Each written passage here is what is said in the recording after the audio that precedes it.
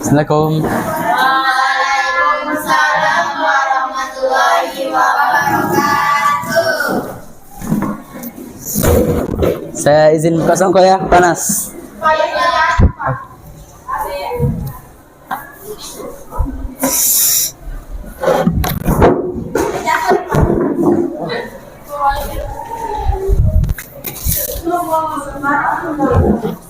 Assalamualaikum warahmatullahi wabarakatuh. Waalaikumsalam warahmatullahi wabarakatuh. Kembali lagi bersama saya di mapel pelajaran sejarah umum. Ada teman yang tidak hadir?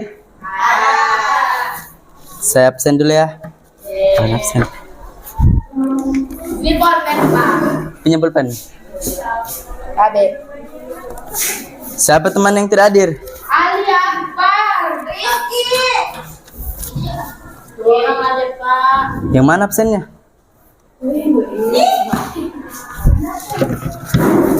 Absen kelas 10 nih. Ahmad Royhan.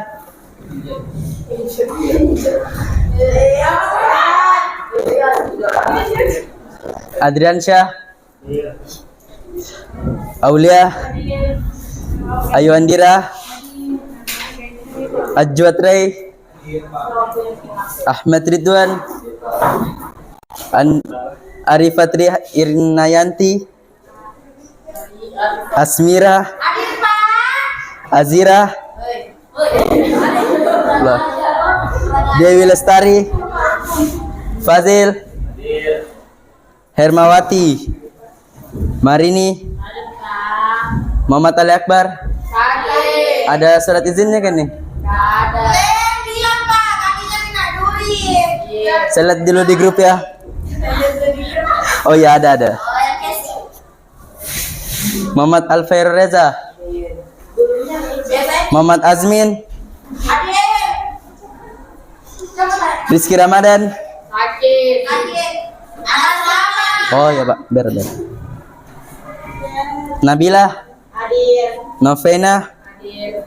Safira Tiara. Hadir, Pak. Nur Hidayah. Fadila. Sisi. Zulfikar Sandi. Pindah. Sudah pindah tuh, Pak. Oh. Siti Rafida. Oke. Assalamualaikum warahmatullahi wabarakatuh. Waalaikumsalam warahmatullahi wabarakatuh. Oke, saya akan satu orang hapus loh. Tolong.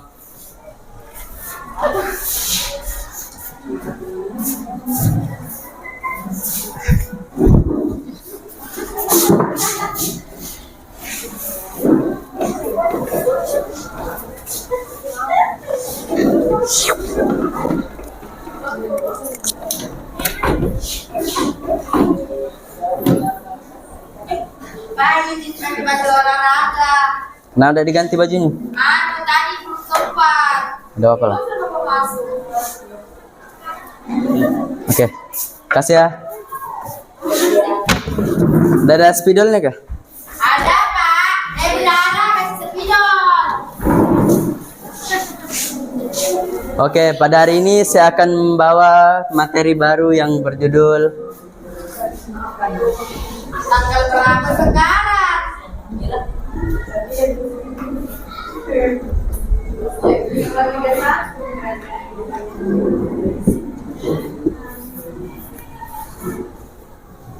Kerajaan Majapahit. Saya mulai dari asal muasalnya aja dulu. Dari spidolnya kayak yang bagus-bagus.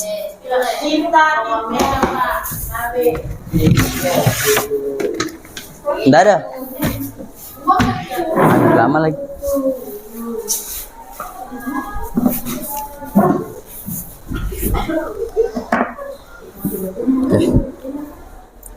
Kerajaan Majapahit merupakan kerajaan yang berdiri pada tahun 13 Masehi sampai 16 Masehi. Kerajaan Majapahit ini merupakan kerajaan yang terbesar yang berada di Tenggara pada masa lalu. Kerajaan Majapahit ini didirikan oleh Raden Wijaya. Raden Wijaya cucunya Raden Kertanegara.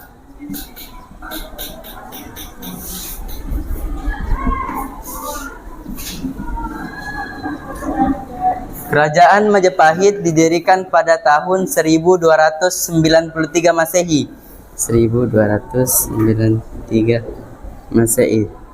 Setelah si Raden Wijaya ini berhasil menaklukkan kerajaan Kediri pada tahun yang sama, dan setelah dia mengalahkan Kediri pada tahun 1293, dia mengajukan dirinya menjadi raja di kerajaan Majapahit dan disetujui oleh rakyat-rakyat yang ada di sana. Jadi pemimpinnya apa? Ya, dan raja pertamanya.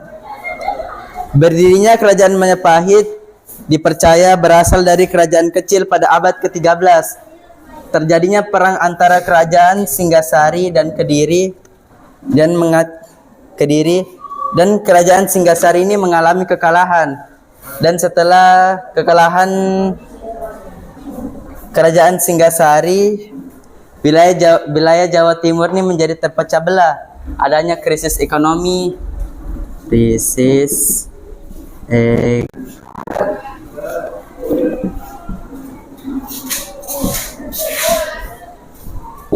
ketidakstabilan,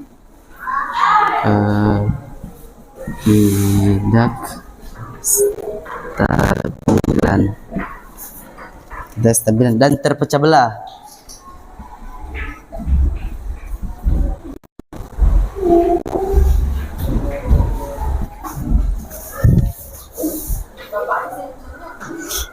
Lalu muncullah si Raden Wijaya ini. Dia mempersatukan semua rakyat-rakyat yang kayak krisis ekonomi, ketidakstabilannya ini, dia kayak satukan semua. Dan rakyat-rakyatnya ini menyetujui dia sebagai raja kerajaan Majapahit.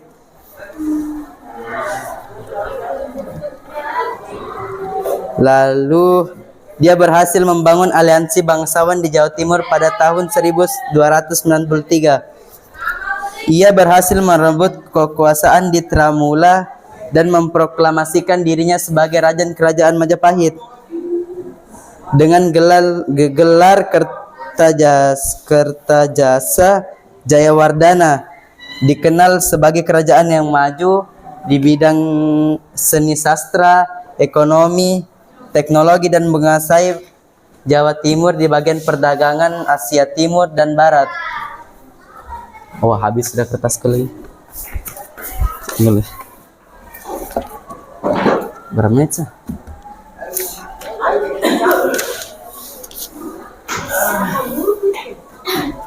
Mati aku. Bilang, Pak.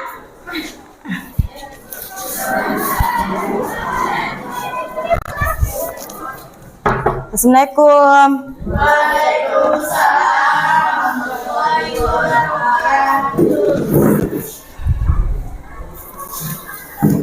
Baik, satu orang pimpin dulu doa. Siapa ketua kelasnya? Sebelum mulai pelajaran, marilah kita berdoa.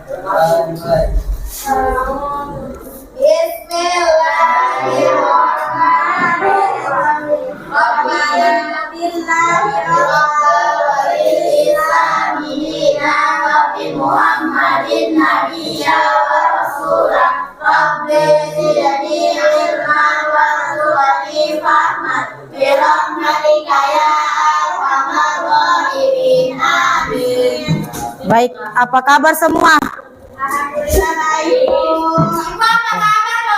Baik, Asmira. Baik, sebelum kita mulai, saya absen dulu ya.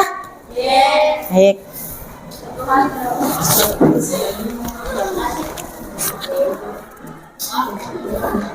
Oke, Ahmad Royhan, Adriansyah, Aulia, Ayu Andira, Ahmad Ridwan, Mana Ahmad Ridwan? Andi Muhammad Rehan Firdausi. Arifah. Asmira. Azira. Dewi Lestari. Hermawati. Marini. Muhammad Ali Akbar. Sakit, Bu. Sakit ada izinnya? Ada sama Oke.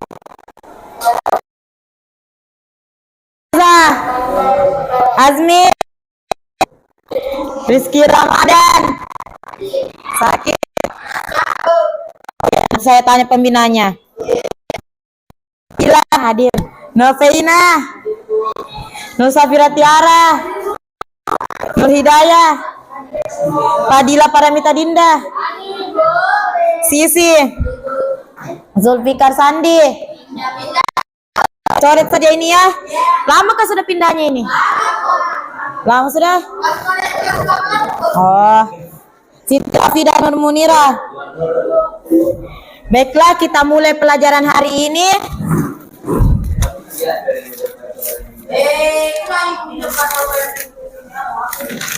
Jadi kemarin hapus dulu satu orang. Jadi kemarin materi kita yang pertama yaitu Kerajaan Majapahit kan? Kita lanjut materi saat ini yaitu Pertempuran Surabaya.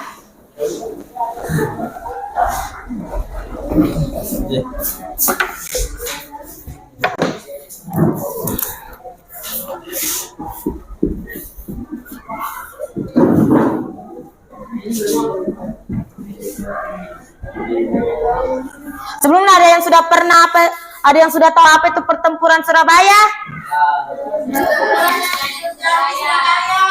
Pertempuran terbesar dalam revolusi dunia. Ya, baik. Lautan api. Saya jelaskan ya, Pertempuran Surabaya itu bisa kita ketahui atau bisa kita tahu kejadian atau peristiwa pada 10 November. Ada yang tahu 10 November itu diperingati? Ya, Hari Pahlawan. Dimulai pada tanggal 31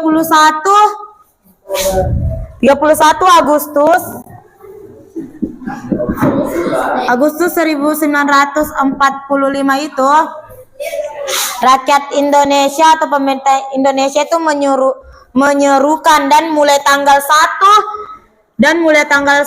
September 1945 itu dikibarkannya bendera merah putih di seluruh Indonesia.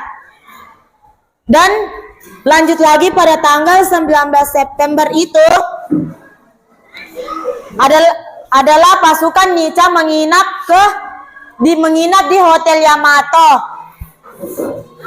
Ya, menginap di Hotel Yamato dan menaikkan bendera Belanda yang dimana saat itu membuat Arek Surabaya marah. Ya, membuat Arek Surabaya marah. Dan lanjut pada tanggal 25 Oktober 1945 itu pasukan Inggris bergabung dalam pasukan khusus yang diberi nama Afney tiba di Surabaya.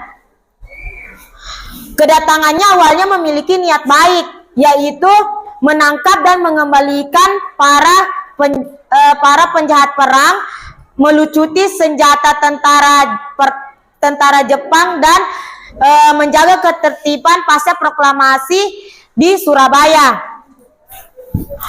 Perang pertama kali itu pada tanggal 27 Oktober 1945.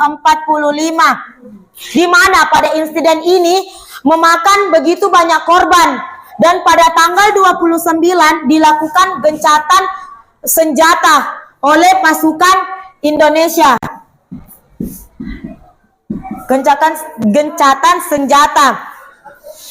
Dan pada tanggal 30 Oktober itu 1945 pasukan Gurkha dari India yang diangkut Inggris tidak mengetahui adanya gencatan senjata yang selanjutnya meletus. perang lanjutan di Jembatan Merah Surabaya. Kenapa dikatakan Jembatan Merah Surabaya? Ada yang tahu? Karena dicet. Salah. Iya, karena banyak darah. Di situ terjadi insiden antara Arek Surabaya dan pasukan Afnei, yang dimana air pada jembatan itu pertamanya keruh, tapi berubah warna menjadi merah karena darah manusia yang sedang perang pada saat itu. Dan pada insiden ini juga membuat tewasnya pimpinan Afnei, yaitu AWS Malabi yang meninggal karena lemparan granat ke mobil Buick yang dikendarainya. Akibat tewasnya itu, pimpinan Jenderal Robert Manset mengeluarkan ultimatum penyerahan senjata pada tanggal 9 November 1945 itu. Manset atau pimpinan Jenderal Robert Manset mengeluarkan ultimatum kepada rakyat Surabaya dengan cara melalui selembaran yang disebarkan melalui pesawat-pesawat. Dia tuh kayak dijatuhkan di seluruh kota. Ultimatum itu kayak surat untuk memberitahukan orang-orang orang-orang di Surabaya itu, contoh kayak surat-surat atau perjanjian gitu. Ultimatum itu kayak persetujuan. Nah, tapi ultimatum ini menjelaskan kewajiban Surabaya untuk menyerahkan senjata lambatnya pada pukul 06.00, yaitu pagi hari pada tanggal 10 November 1945. Isi ultimatumnya itu ada 3. Yang pertama, seluruh senjata yang dimiliki rakyat Indonesia itu seluruh pimpinan Indonesia harus melaporkan dirinya kepada pasukan Inggris tersebut. Yang kedua, seluruh senjata yang dimiliki pihak Indonesia harus diserahkan kepada pasukan Inggris. Yang ketiga, para pemimpin di Indonesia khususnya di Surabaya harus bersedia menandatangani pernyataan menyerah tanpa syarat. Tapi karena ultimatum itu tidak masuk akal atau rakyat Surabaya tidak menerimanya, jadi rakyat Surabaya itu tidak menghiraukan ultimatum tersebut. Jadi terjadilah pecah perang antara Surabaya dan Afnei itu pada tanggal 10 November 1945.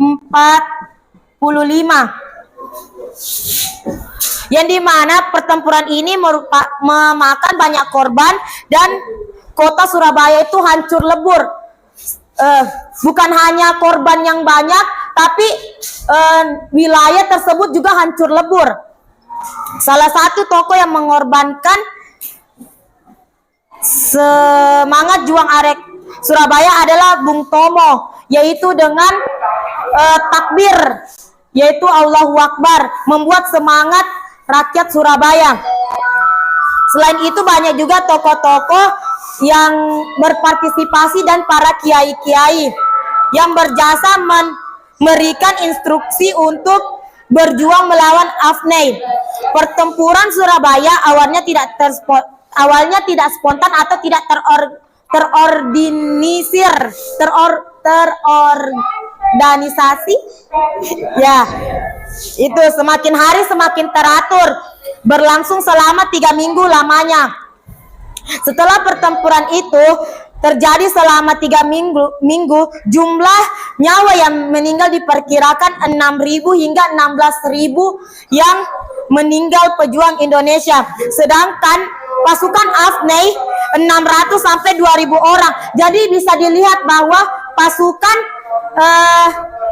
pasukan Indonesia atau Surabaya itu lebih banyak gugurnya dibanding pasukan Afnei yang hanya berjumlah 600 sampai 2.000 orang, sedangkan pasukan Indonesia itu 6.000 sampai 16.000 orang. Dan sebanyak 200.000 rakyat sipil mengungsi dari Surabaya ke daerah aman untuk menghindari perang. Berarti bisa dikatakan yang mungkin selamat atau yang terluka itu hanya tersisa 200.000 rakyat sipil.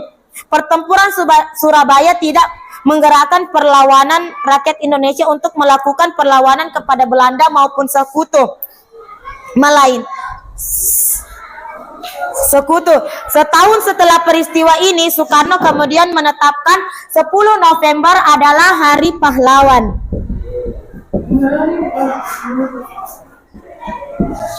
Baik, ada yang tidak mengerti? Jadi mengerti semua ya? Baiklah, karena jam saya juga habis, siapkan dulu berdoa. Wakil ketua kelas siapkan dulu.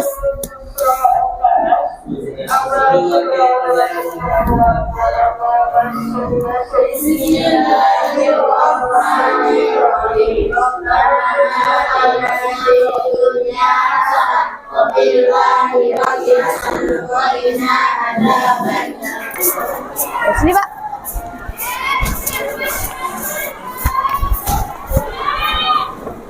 Assalamualaikum warahmatullahi wabarakatuh.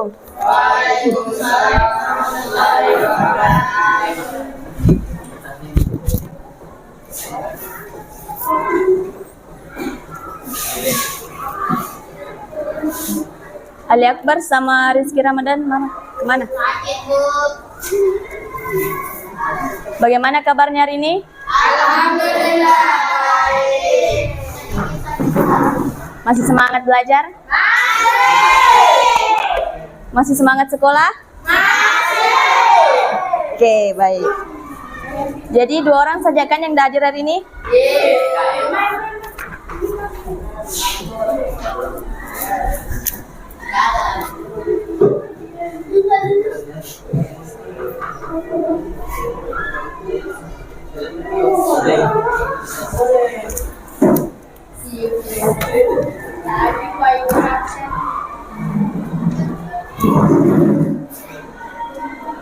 Oke, baiklah. Kemarin materinya sampai ke pertempuran Surabaya.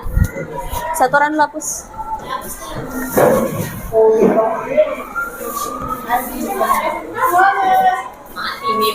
Poin tambahan.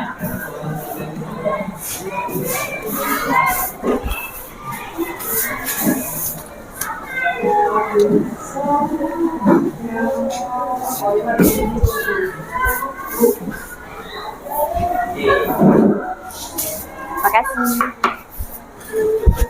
Baiklah, Ibu akan mulai pelajaran hari ini. Ibu akan membahas tentang pertempuran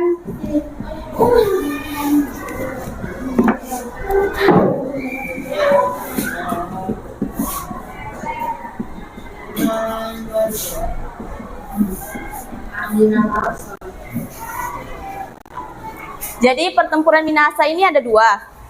Yang pertama itu Minahasa melawan Spanyol, dan yang kedua itu Minahasa melawan Belanda. Nah, tapi pada kesempatan kali ini Ibu akan menjelaskan pertempuran Minahasa melawan Spanyol dulu ya. Minahasa. Jadi awal mulanya itu pada abad ke-16.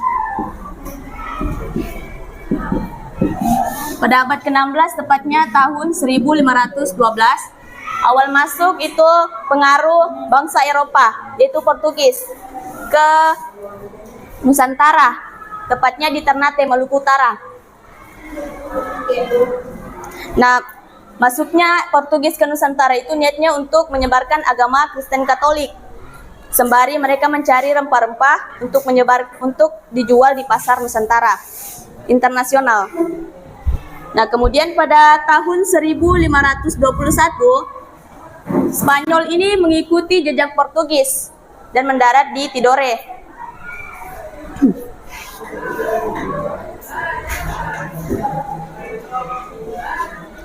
Seiring berjalannya waktu, Spanyol dan Portugis ini kekuatannya semakin meluas di daerah Sulawesi.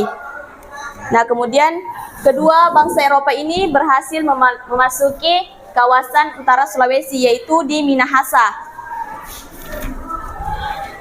Dalam buku sejarah perlawanan terhadap imperialisme dan kolonialisme di Sulawesi Utara, tahun 1984, karangan J.P. Toy dan kawan-kawan, dijelaskan misi kedua bangsa ini itu untuk menyebarkan agama Nasrani. Pada tahun 1563, Raja Siau itu dibaptis bersama rakyat Minahasa. Ya, dibaptis oleh bangsa Spanyol. Tidak. Tidak. Nah,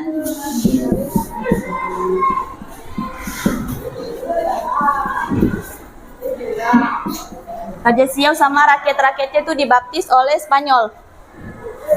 Nah, kemudian pada tahun 1580 Spanyol ini melanjutkan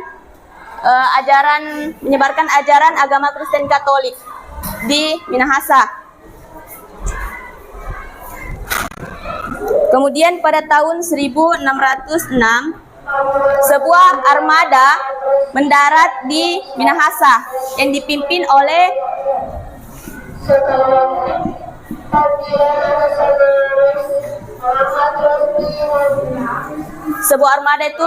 mendarat di Minahasa dipimpin oleh Cristobal Suarez. Nah, awal kedatangannya mereka nih untuk mengingat persahabatan antara Minahasa dan Spanyol. Nah, kedatangan mereka ini disambut baik oleh rakyat Minahasa. Namun, niat baik dari rakyat Minahasa ini disalahgunakan oleh tentara Spanyol. Akibatnya itu, rakyat Spanyol yang menyebarkan agama Kristen Katolik di sana itu harus tercoreng gara-gara ulah tentara Spanyol. Mereka itu berbuat sewenang-wenangnya, merampas makanan Minahasa dan membuat hal yang tidak senonoh terhadap kaum perempuan di Minahasa. Nah, ketidaksenangan rakyat Minahasa ini semakin memuncak pada tahun 1644. Karena tentara Spanyol yang sedang memasuki desa itu memukuli dan melukai pimpinan rakyat Minahasa yang ada di Tomohon. Nah, rakyat tentaranya itu melukai pimpinan rakyat Tomohon. Jadi rakyat yang ada di Minahasa itu marah. Kemudian dalam sejarah rakyat Minahasa tahun 1968, rakyat Minahasa menganggap perbuatan itu sudah keterlaluan. Dan menurut mereka itu seolah menurunkan martabat rakyat Minahasa. Peristiwa ini pun menjadi tanda dimulainya perlawanan Minahasa terhadap Spanyol. Perlawanannya itu dimulai di Tomohon. Rakyat Minahasa mengangkat senjata untuk melawan pasukan Spanyol. Pimpinan Minahasa kemudian meminta bantuan Belanda untuk mengusir Spanyol. Kondisi yang demikian membuat pasukan Spanyol itu semakin terdesak. Spanyol pun mengundurkan diri sampai ke benteng Manado. Karena kekuatan rakyat Minahasa pada saat itu dibantu oleh Belanda itu semakin kuat. Pada akhirnya Spanyol berhasil dikalahkan dan keluar dari daerah Minahasa. Akan tetapi pas keluar sudah ini Spanyol, kembali lagi terjadi era penjajahan baru, yaitu Minahasa dijajah lagi kembali oleh Belanda.